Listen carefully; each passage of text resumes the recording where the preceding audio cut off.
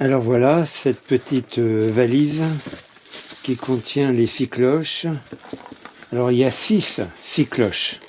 1, 2, 3, 4, 5, 6. Ça va du diamètre 110, 68 mm, 50 mm, 35 mm, 25 mm et 20 mm. J'en retire une. Vous voyez, ici c'est la plus petite.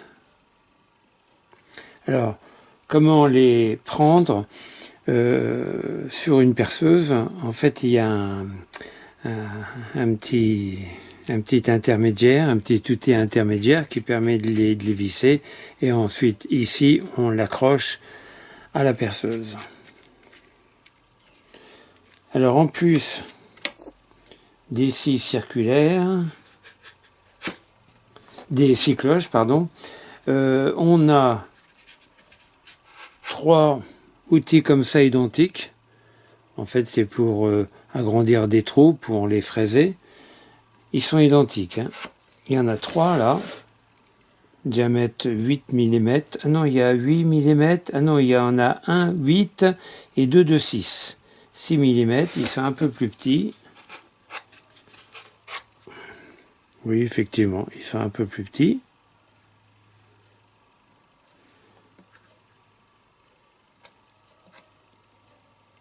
Ici c'est 8, voilà. 6. Et il y a également un outil comme ça pour faire les angles ou pour aller directement sur le carrelage pour faire une saignée. Voilà, bon. Il y a un mode d'emploi dans une partie en français. Bon, il n'y a pas grand chose d'expliquer. Hein. Voilà. Alors en fait, ils disent qu'il faut commencer le forage en allant en biais. Alors c'est pas comme les 6 cloches que l'on a pour percer du bois, où par exemple au milieu on a un forêt qui sort, là. Ici il n'y en a pas. Donc on va attaquer directement le trou avec directement la 6 cloches. Bon, maintenant on va voir ça avec une perceuse sur un morceau de carrelage. Bon, je vais me lancer dans le perçage d'un trou sur du marbre. C'est la première fois que je fais ça, hein. J'ai jamais essayé. Alors j'ai pris une 6 cloches de 35 mm. Voilà. C'est pas la plus grande, c'est pas la plus petite non plus. Oui, il faut que je me mette bien en face de la caméra. Je l'ai monté sur une perceuse à fil, puisque il recommande de prendre une perceuse à fil pour avoir plus de puissance qu'avec une perceuse portative à batterie. Donc je me suis servi du manchon intermédiaire là que je vous ai montré. J'ai bien serré sur la perceuse. C'est pas en percussion. C'est pas en percussion, donc c'est bon. Alors, on va le prendre de travers, comme ils nous l'ont expliqué sur la notice, et après, je vais le mettre droit. Alors, j'essaye. Hein.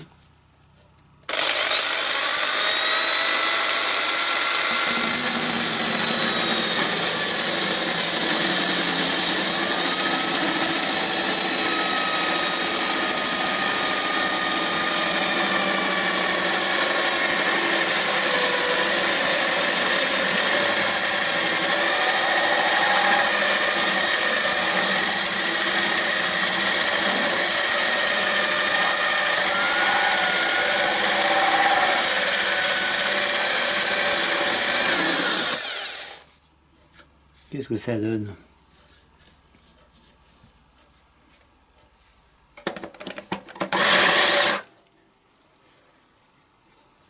Je vais peut-être augmenter la vitesse. Ah ben non, c'est au maximum.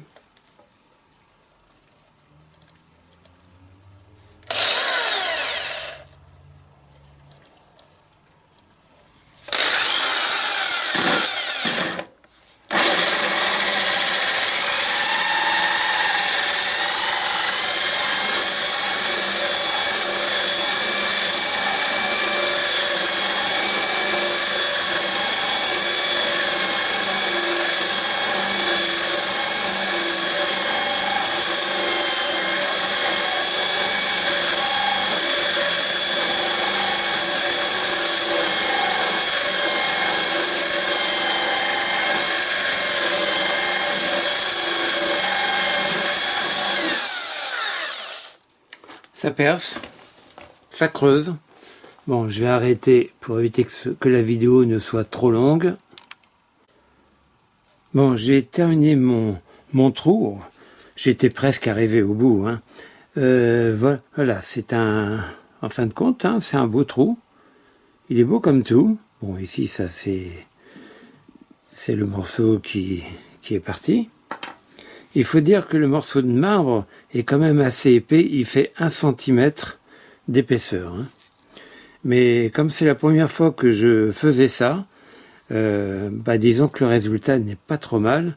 Alors oui, avec la perceuse, j'ai tourné parce que ça, c'est indiqué hein, sur la notice d'emploi. Puis j'ai vu aussi une vidéo sur un outil, une scie cloche équivalente à celle-ci.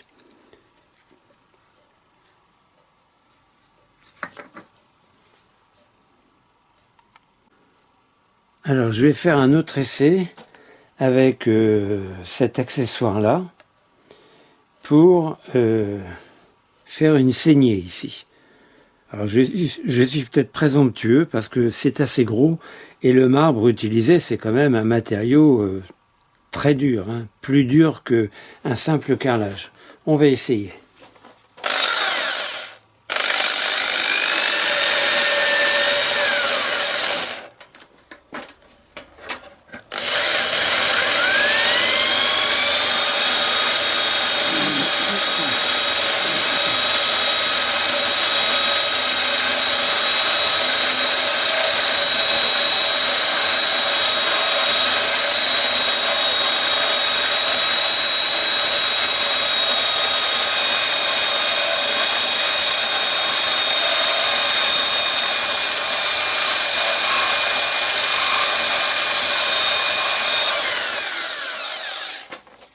Bon, j'arrête là, je pourrais continuer, mais pour ne pas que la vidéo soit trop longue, je vais arrêter là.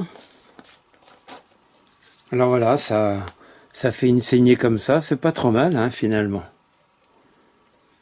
C'est propre, hein. La coupe est propre. Bon, il faut un peu de temps, mais encore une fois, c'est du marbre. J'ai pas de carrelage là, hein. C'est du marbre et donc ça c'est costaud. Bon, et pour terminer, je vais faire un dernier essai avec cet accessoire-là. Donc c'est pour faire une saignée de diamètre 6 mm. Donc je vais recommencer de l'autre côté de ma plaque de marbre.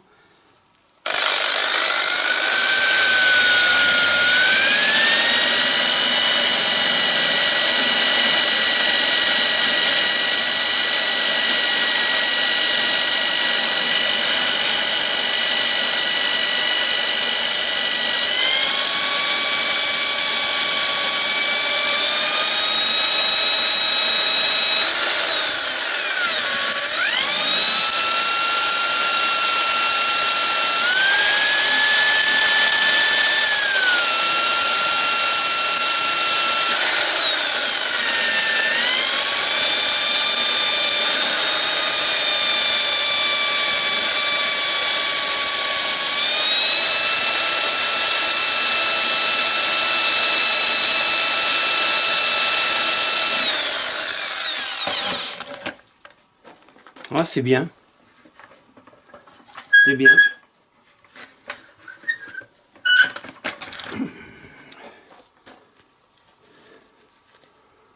Voilà ce que ça donne. C'est bien, hein. Belle coupe, hein. Bien franche, et puis le carreau il tient, hein. Il a pas pété du tout, hein. Non, c'est bien.